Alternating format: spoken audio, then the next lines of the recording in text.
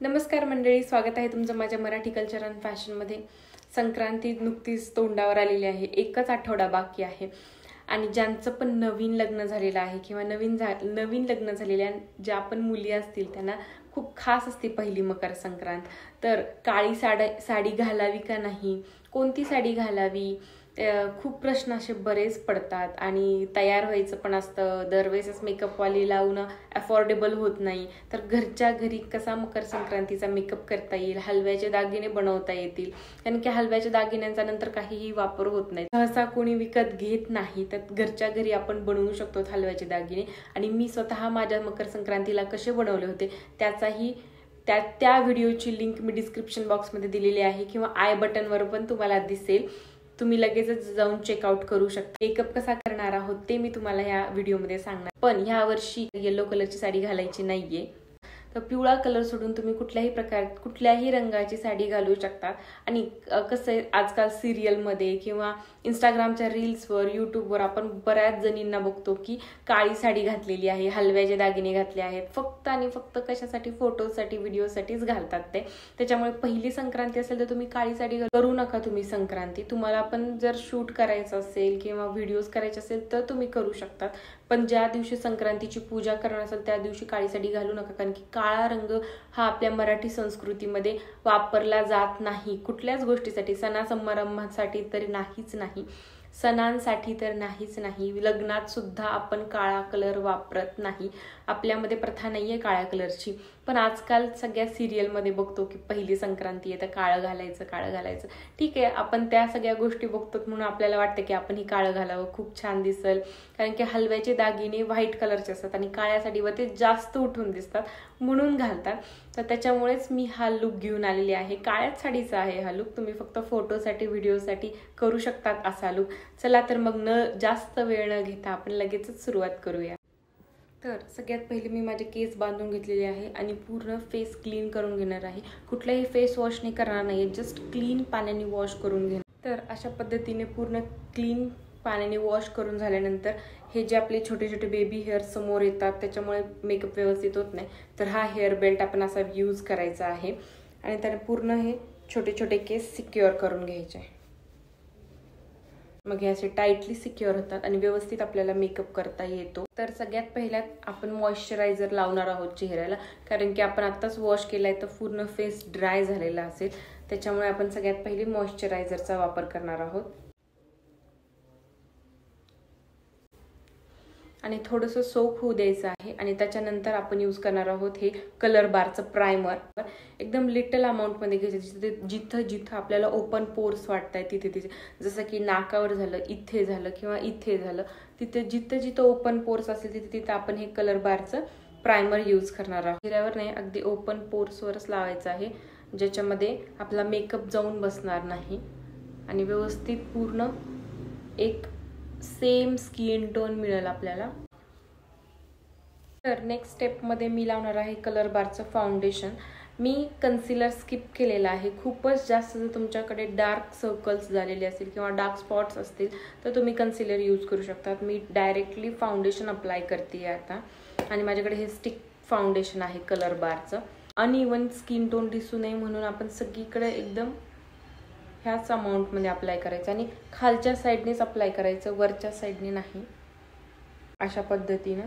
आणि आता हे तुम्ही ब्युटी ब्लेंडरने सुद्धा ब्लेंड करू शकतात किंवा हाताने पण टॅप करत ब्लेंड करू शकतात। मी सध्या हातानेच ब्लेंड करते, मला व्यवस्थित जमतं हाताने, ह्या दोन बोटांनी। तर अशा पद्धतीने व्यवस्थित ब्लेंड करून झालेला आहे। हा आपला एकदम सिंपल मेकअप लुक आहे, त्याच्यामुळे खूप जास्त काही करणार नाहीये मी, फक्त फाउंडेशन लावलेले आहे। आणि आता मी यूज करणार आहे हे कलर बारचं ब्लशर। तर मी हे ब्लशर लावण्यासाठी मी हा ब्युटी ब्लेंडर यूज करते। आपण हाताने पण लावू शकतो किंवा आपल्याकडे जर ब्रश असेल तर त्यानेही लावू शकतो, पण मला आता ब्युटी ब्लेंडरची सवय लागली आहे त्याच्यामुळे मी ब्युटी ब्लेंडरच्या साहाय्याने लावते। बरोबर चिक बोन्सवरच आपण अप्लाय करायचं आहे ते। तर दोन्ही साईडला आपलं लावून झालेलं आहे। थोडासा एक ऑइलीनेस आणि एक शायनी इफेक्ट येण्यासाठी मी इथे यूज करत आहे निव्हियाचं लिप बाम, ह्याने अजून थोडासा शायनी आणि एक टिंट लुक क्रिएट होतो अशा पद्धतीने। तर आता आपलं हे लावून झाले, छान असा रेडिश लुक झालेला आहे. आपल्याला हायलायटरसाठी मी जस्ट फिंगरचा यूज करते.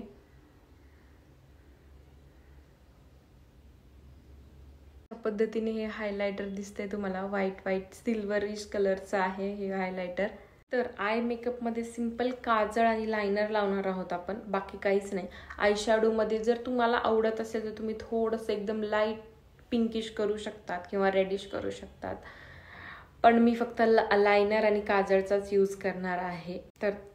तर मी इथं घेतलेलं आहे कलर बारचंच काजळ आणि आता मी हे अप्लाय करते. काजळ मी डार्क लावते कारण की मला काजळ खूप जास्त आवडतं.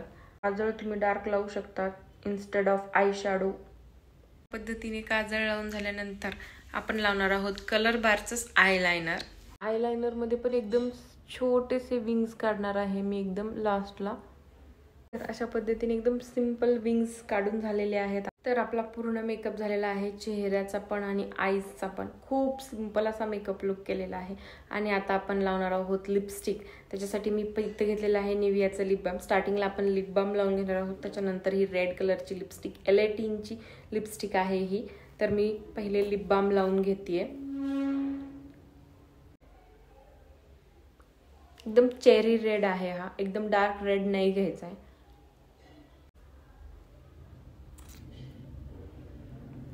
तर अशी आहे ही लिपस्टिक, एकदम डार्क रेड नाहीये आणि मरून पण नाहीये, रेड आणि मरून कॉम्बिनेशन मध्ये आहे ही. मध्ये मी एकदम सिंपल आपली रेग्युलरची टिकली यूज करते, वेगळं काहीच नाहीये, सिंपल रेड. मेन तर छान दिसण्यासाठी छान स्माइल दिली पाहिजे.